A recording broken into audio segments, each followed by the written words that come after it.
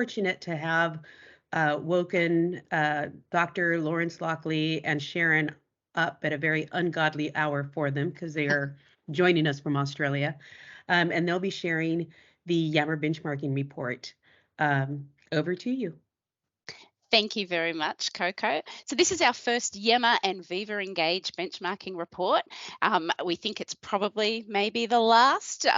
Next year's probably going to be the Viva Engage benchmarking report rather than the Yammer and Viva Engage benchmarking report.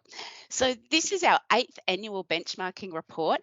And the reason we do these reports is to give you some, some benchmarks, obviously some goals to achieve on your Yammer network so that you know what good looks like. Are you achieving what you should be doing across Yammer? Are you meeting goals that you'd hope to achieve? So we define all those in the benchmarking report, and then they're also included in the SWOOP measurements as well.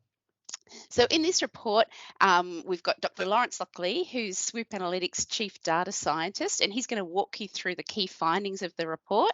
And then, just as James was saying earlier, he said that the best way to learn is to learn from other customers. And that's a big part of what our benchmarking report is. In this report, we've got 11 case studies, and they're so inspiring and just some really great ideas of how you can implement some things within your Yammer network to boost engagement.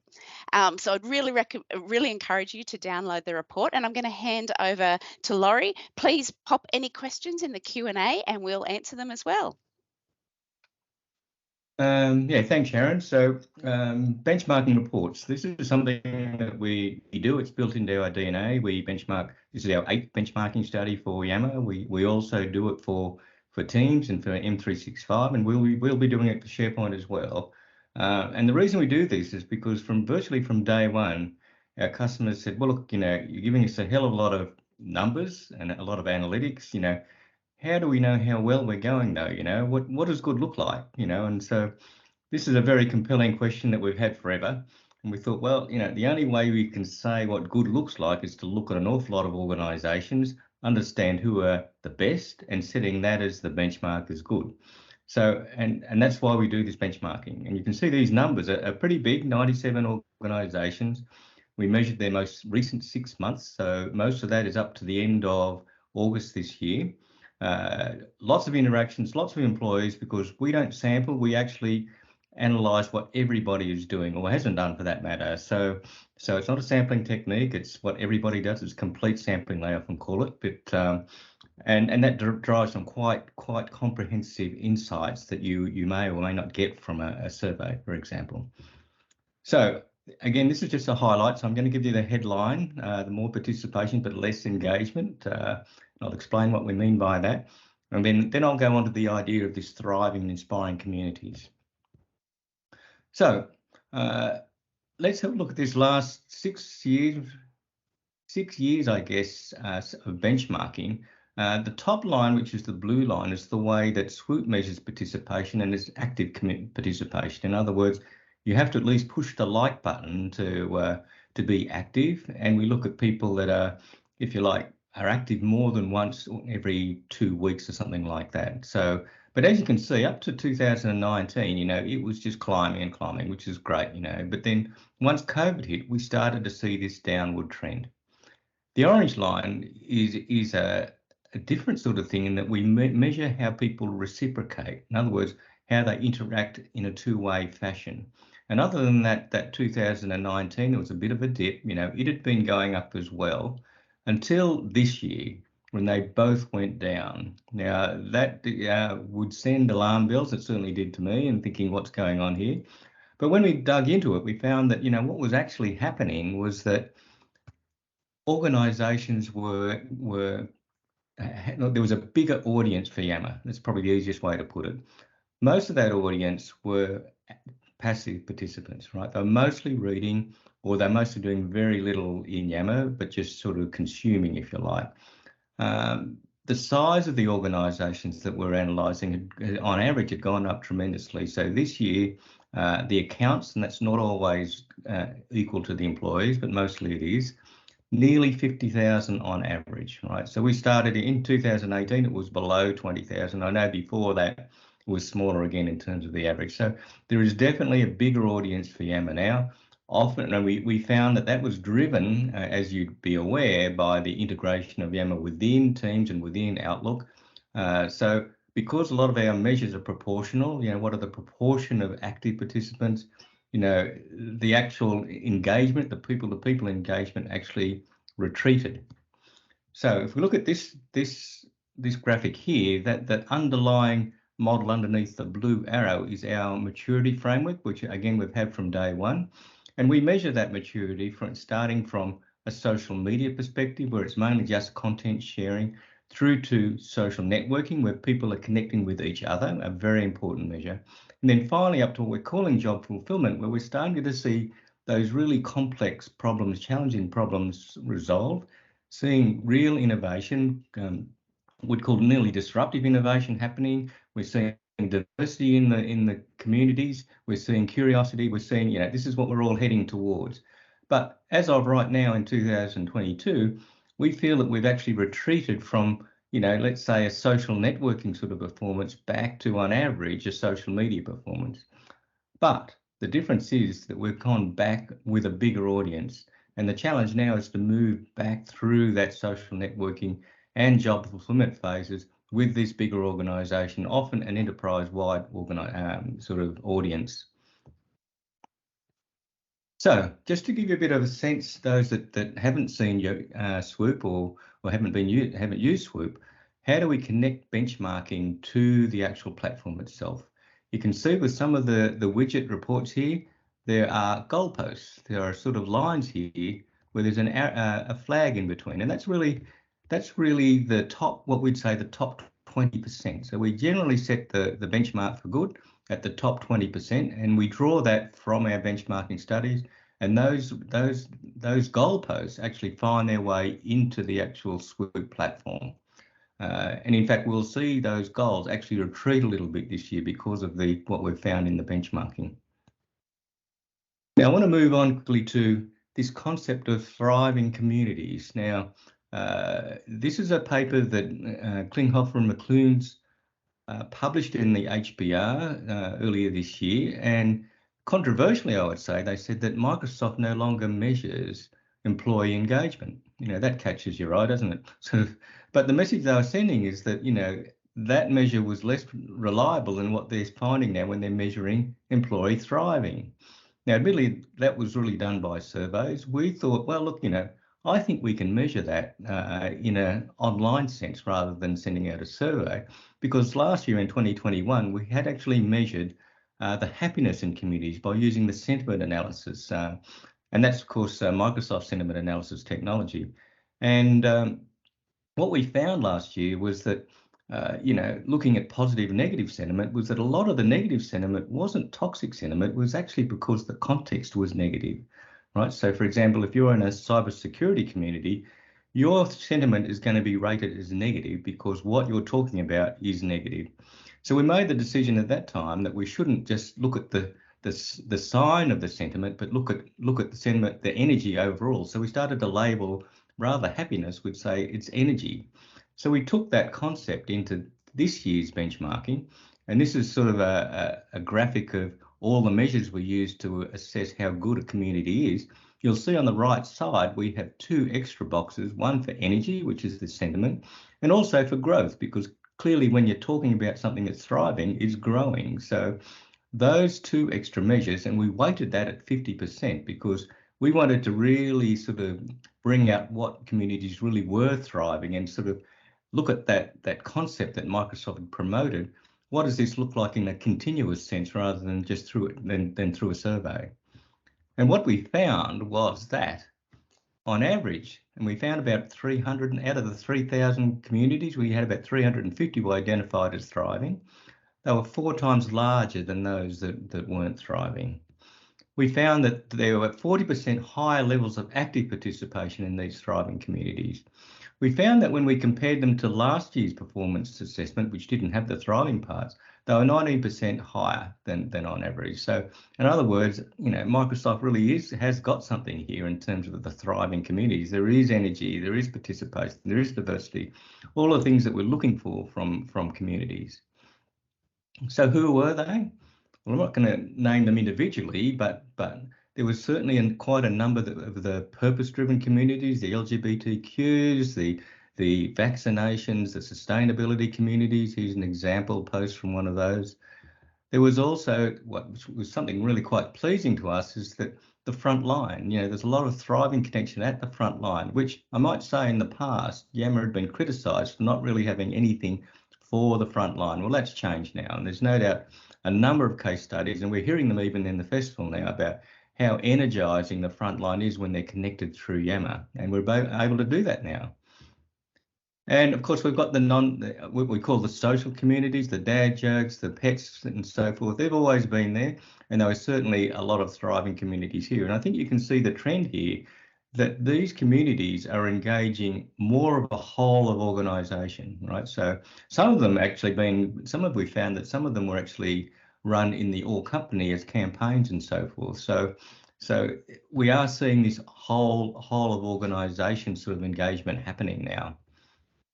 And this one in particular, I like this because this particular one was a community that was established by the ANZ Bank in Australia, but it was their Philippines community, and it was really a group that was set up to help the IT people help their working from home sort of staff set up their technology so that they can be just as productive. But this particular lady we interviewed, she'd actually hijacked the community in some way because she had a real passion for sustainability and growing her own food at home. And so she started sharing tips about growing food at home, giving away plants, and it really took over this sort of thing. And what was lovely about this, I thought, was that ANZ actually encouraged it. They actually thought this was wonderful. It wasn't like, this community is meant to be helping a tech community, but they just let it run and let the community grow organically. And I think that was a wonderful sort of thing to have. So I wanted to hand over now to Sharon, because not only do we want to acknowledge our collaboration champions, the richness in the case studies are something that we've really valued in our reports, and our customers have valued that, and it's also really a point of validation for us. So I work with the numbers. I say what I think is good, but I don't really know what's good until we start talking to people that we identify that are good. And thankfully, that's certainly been the case over the 8 years of benchmarking we've done. So back over to you, Sharon. Thank you very much, Laurie. And this is the part that I love the most about what we do at Swoop, is actually talking to you guys, talking to the customers and learning from the best and sharing those stories so we can all learn from each other.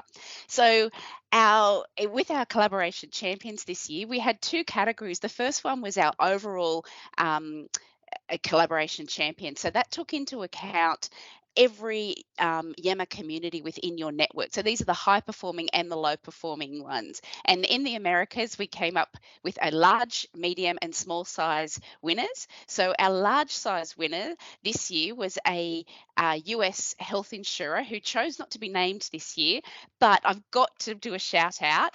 The Home Depot was less than a point behind. I think that's right, isn't it, Laurie? Less than a point out of all these measures behind this top one, so close. However, the Home Depot was absolutely our standout for the most thriving community. So the Home Depot had, I see Ty's comments there, congratulations Ty, but they had 3 communities within the top 10 for most thriving. So I'm going to talk to one of those because it's really interesting, I thought. Number 2 for the Americas was a global publishing company who chose not to be named this year. And number 1 position was our regular high performer, Real Foundations, which has its headquarters based in Texas, but is a global real estate consulting company. So if anyone's on from Real Foundations, congratulations, you guys are amazing. So I'm just going to talk through some of the case studies that I think, might resonate with you. Laurie, can we move to the first screen? And for the first time this year, the overall number one Yammer network for our champions, so this was taking into account every single Yammer community within their network, was Westpac New Zealand, which is one of the big banks in the APAC region. And this was the New Zealand branch, so they have a separate Yammer network to the rest of the Westpac group. So this is a medium-sized organisation, just under 5,000 employees, and it's the first time a medium size or anything other than a small size has come in at number one for our collaboration champions. What was interesting though is, as Laurie was talking about earlier, there's been a bit of a slide in some of the measures, so higher readership but lower active participation. And when we went and told Westpac New Zealand that they were number one, they were quite surprised because they had a drop in quite a few swoop measures, so they were not expecting to be number one. I asked them why do you think there's been this drop? And I wonder if this resonates with you. They were saying, with 2 years of COVID and lockdowns and everyone working from home and relying on digital communications, there was a little bit of communication fatigue. And so they weren't really surprised that there was more readership but less people actually participating. Don't know whether that resonates with you guys, but as a result, Westpac New Zealand, they're very purposeful about how they use Yammer, and they really try to bring in a lot of trust into Yammer. And they have achieved this. This hasn't happened overnight. These guys have been working on this for about 5 years. They've been amongst our benchmarking high performers, and some of the ways they build that trust is just bringing a lot of fun to Yammer and building relationships. So they can be really simple things. Like at the moment, they're trying to get people to start to come back to the office. So for example, I think it's on Thursdays, they have food trucks coming into the Auckland office. And so they'll take photos of what's on offer at the food trucks, post it on Yammer, and just start to create a little bit of fun that way, funny comments, jokes, that type of thing. So this post here is a bit of an example of some of the trust that's built on Westpac New Zealand's Yammer community. This is their most engaged post for 2022. And it was, for the past 12 months, actually, I think it was last year. It was a campaign to try to get 90% of the New Zealand population vaccinated against COVID, or vaccinated for COVID-19. So I know, talking from some of our US customers, this has been a pretty contentious issue, and it hasn't always been smooth sailing on a lot of Yammer networks. You get a lot of, anti-vax opinions as well. However, at Westpac New Zealand, they asked, what are people getting vaccinated for? And as I said, it became their most engaging post, but it was also really positive. People started to share very personal and very emotive stories. You'll see some of the examples here. There was one where someone's wife was undergoing cancer, so he was getting vaccinated to be safe for her. On the right-hand side, you'll see a video that was shared with an employee with his son, talking about he was getting vaccinated to keep his family safe.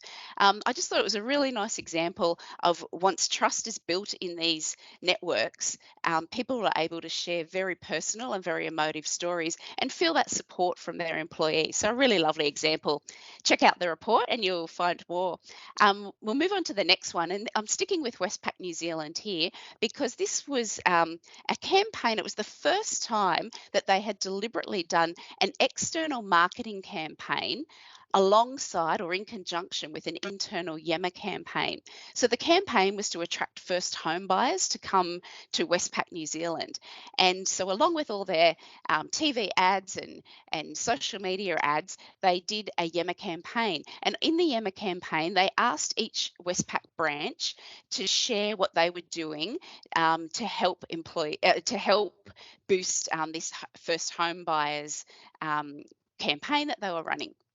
So you can see there's photos of what they were doing in branches, and right down in the bottom right hand corner there's a really great example of a bank manager sharing how he helped a customer qualify for a home loan, and then shared that knowledge on Yammer again, so other bank managers are able to tap into that information.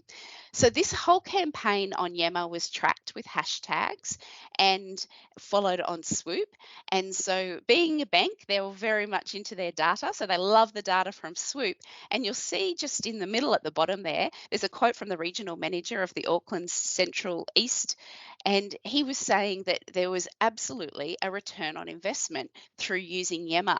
So just a really great example that Yammer is not just about having fun and connecting people. It can actually bring ROI to your organisation. So I'm going to move on to the next one. Ty, I saw your messages, so feel free to jump in and join us on this one. This is about the Home Depot's most thriving community, and this community was the Home Depot Measurement Services. And again, Ty, if I've got this wrong, let me know. But basically, this was set up to help associates on the Home Depot shop floor get answers for customers. So here's an example about flooring measures. And the associate in store can pop a question onto Yammer, and then usually, certainly within an hour, they get an answer from the home measurement, from the measurement services community. So ultimately, it's just giving customers their answers and a better service very, very quickly. What we thought was really interesting, and Ty, I hope you don't mind, this is a bit of spruiking for Swoop. You'll see on the right-hand side, we've got the activity by time measure and the response rate measure. These actually aren't the Home Depot's, this isn't the Home Depot's data on the right-hand side. On the left-hand side, they are the Home Depot's Yammer posts, but these were just examples. So in order to get customers the best results, they scheduled their shifts around when people were asking these questions on Yammer. So they followed the activity by time measure on Swoop and accordingly scheduled their shifts around when most people are asking questions. So again, just a really clever way of giving customers a better service because they're getting answers to customers and results much, much quicker. So happy customers, happy associates in store as well. We're going to move on to the next one, and this is the NRMA. So this is equivalent to the AAA. Is that right, Coco? The AAA in the US, roadside assistance. It also offers a heap of other things like lots of insurances and stuff. Great. So the CEO of Motoring and Membership is Emma Harrington, and I absolutely love this story, so I'd totally recommend you read it. She was 4 years ago, they started Yammer at the NRMA, and she said she was pretty anxious and a bit nervous to start to share her ideas and her thoughts on Yammer.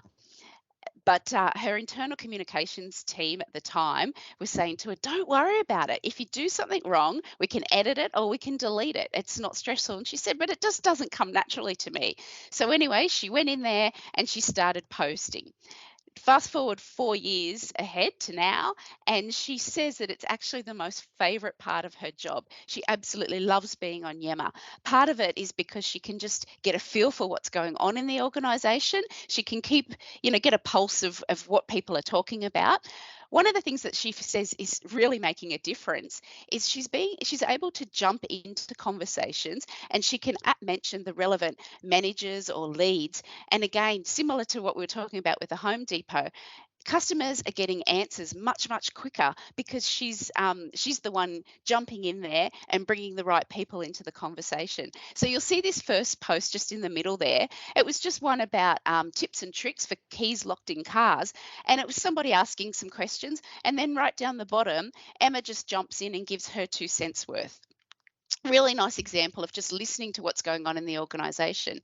On the right-hand side, this was a post I loved because they recently, the NRMA have handed out, done a campaign to get tablets out to all patrols. So they have a bit of a joke at the NRMA that they're changing it, but it's maybe the same at the AAA. There's a lot of older mechanics who've been in these roles for many, many years, and introducing new technology hasn't always been the easiest thing for them to do. But with these tablets, now they're actually getting heaps of information from those patrols, the people who are on the scene. And this was a beautiful, really authentic story about a patrol who was called to a particular car where a child was locked in the car, but they had asked for the windows not to be broken, so the glass didn't hurt the child. They had all the emergency services there. No one was able to unlock the car, and the NRMA patrol guy had a hack that this particular model car, he knew how to get through the window and open the door. So he shared that